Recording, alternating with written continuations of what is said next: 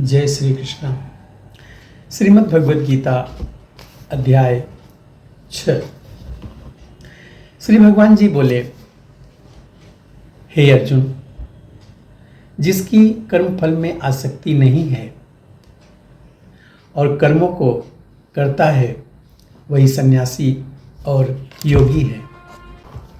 और जिसने हवन आदि लौकिक कर्म छोड़ दिए हैं, वह योगी नहीं है। हे अर्जुन, जिसको सन्यासी कहते हैं, उसी को कर्मयोगी जानो, क्योंकि संकल्पों के त्यागे बिना कोई भी योगी नहीं हो सकता।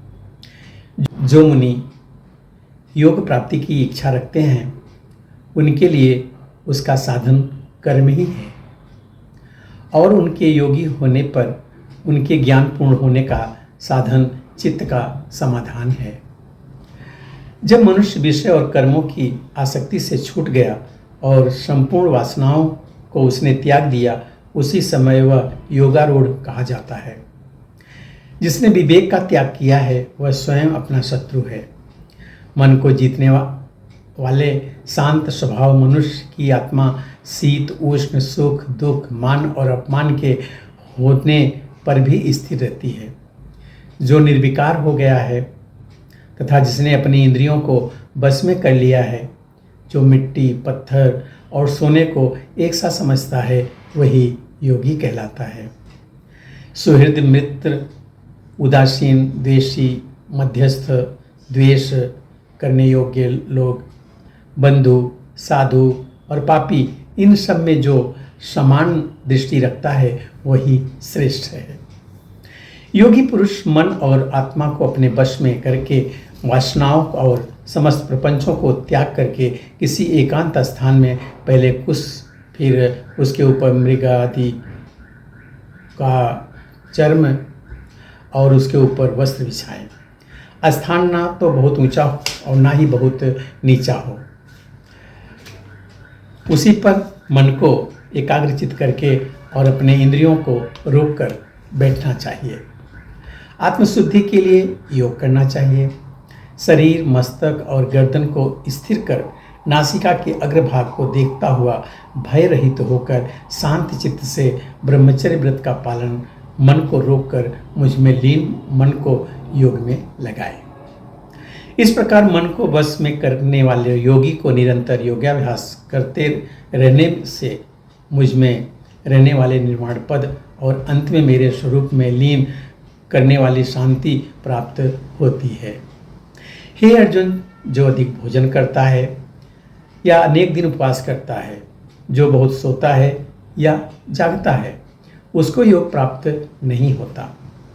जो उपयुक्त आहार और विहार करता है, कर्मों का योग रीति से पालन करता है, जो यथा समय सोता और जागता है, ऐसे पुरुष का योग जो है वो दुख मिटा देता है। तब संयम को प्राप्त हुआ चित्त अपने आत्मा में ही स्थिर हो जाता है और सब कामनाओं से निवृत्त हो जाता है। तभी योगी मोक्ष पद पा जाता है। जिस प्रकार वायु रहित स्थान में रखा हुआ दीपक चलायमान नहीं होता, उसी प्रकार योगी अपने चित्त को निश्चल रखकर उसका संयम करता है और अंतःकरण की समाधि लगाता है।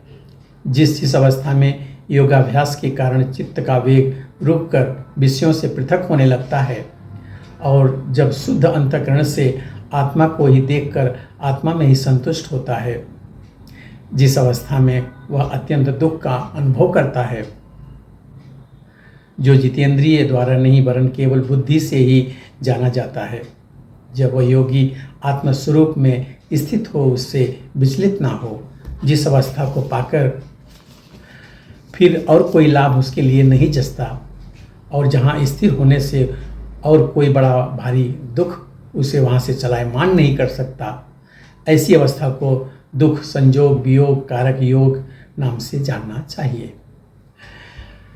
ऐसा योग निर्विकल्प चित्त से निश्चय ही करना चाहिए।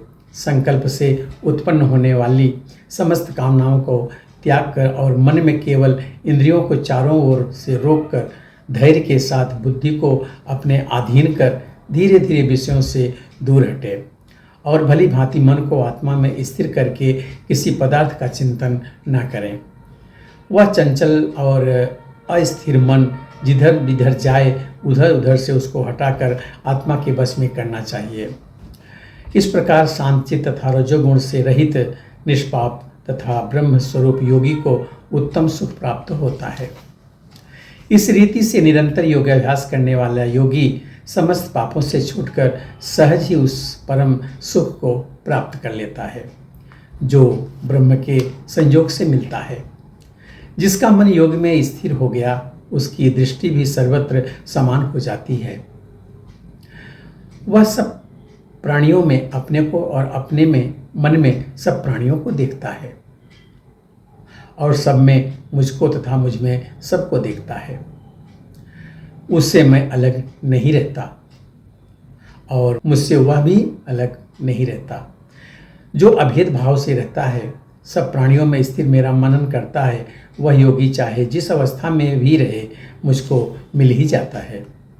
हे अर्जुन, जो समस्त प्राणियों के सुख दुख को अपने सुख दुख के समान समझता है और सबको समभाव से देखता है, वही श्रेष्ठ योगी है।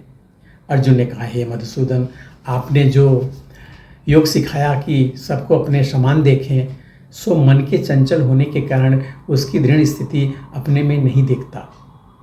हे कृष्ण, चंचल मन बड़ा ही हठी, पराक्रमी और दृढ़ है। इसको अधीन रखना तो मुझे वायु को बांध कर रखने के समान ही प्रतीत होता है। हे कृष्ण, चंचल मन बड़ा ही हठी और पराक्रमी और दृढ़ है। इसको अधीन रखना तो मुझे वायु को बांध के रखने के समान ही प्रतीत होता है। तब श्री कृष्ण भगवान ने कहा, हे महाबाहो, इसमें संदेह नहीं कि मन अति चंचल है और इसे बस में करना बड़ा ही कठिन है, तो भी इसे अभ्यास और वैराग्य से अधीन कर लिया जा सकता है। जिसका मन बस में नहीं, उसको योग अत्यंत दुर्लभ है। ऐसा मन है, परंतु मन को बस में करने वाले साधन करते रहने से अभ्यास द्वारा इस योग को पा सकते हैं। अर्जुन ने कहा, हे कृष्ण, जिसमें श्रद्धा तो है पर जो योग प्राप्त करने में सफल नहीं हुआ है और जिसका चित्त योग से विचलित हो गया है, वह योग की सिद्धि नहीं पाने से किस गति को जा पहुंचता है। हे महाबाहो, जिसका पहला आश्रय भी गया और वह ब्रह्म प्राप्ति भी नहीं हुई, उन दोनों ओर से भ्रष्ट होकर विच्छिन्न मेघ के समान नष्ट तो नहीं हो जाता। हे कृष्ण, मेरा यह संदेह आपको ही दूर करना पड़ेगा। इसको दूर करने वाला आपके अतिरिक्त कोई दूसरा है भी तो नहीं। श्री कृष्ण भगवान बोले, हे पार्थ, उसका यहाँ नाश नहीं होगा और परलोक में भी नहीं होगा, क्योंकि उत्तम कार्य करने वाले किसी मनुष्य की दुर्गति नहीं होती। वह योग में असफल मनुष्य बहुत दिनों तक पुण्यवानों को प्राप्त होने वाले लोकों में वास करता है। ये बुद्धिमान योगियों के ही कुल में जन्म पाता है। इस प्रकार का जन्म पाना भी इस लोक में बड़ा ही दुर्लभ है। वह योगियों के वंश में जन्म लेकर पूर्व जन्म के बुद्धि संस्कार अर्थात आत्मज्ञान को पाता है। पूर्व जन्म में किए गए योगाभ्यास के बल से अनेक विघ्नों के पड़ने पर भी मोक्ष को प्राप्त होता है। योग की यदि केवल इच्छा ही हो तो भी पुरुष शब्द ब्रह्म के परे जा पहुंचता है। बड़े श्रम और यत्न से जो योगाभ्यास करता है वह पापों से शुद्ध होकर अनेक जन्म में परिश्रम करके सफल होता है और परम गति को पाता है। बड़े बड़े तपस्वियों से योगी श्रेष्ठ हैं, ज्ञानियों से भी योगी श्रेष्ठ हैं। इसलिए हे अर्जुन, तुम योगी बनो। केवल मुझ में ही मन लगाकर मेरी प्राप्ति के लिए जो मेरा भजन करता है उसको समस्त योगियों के मध्य मैंने अत्यंत श्रेष्ठ माना है। यहाँ पे 6वां अध्याय पूरा होता है। मिलते हैं 7वें अध्याय में। तब तक के लिए जय श्री कृष्ण।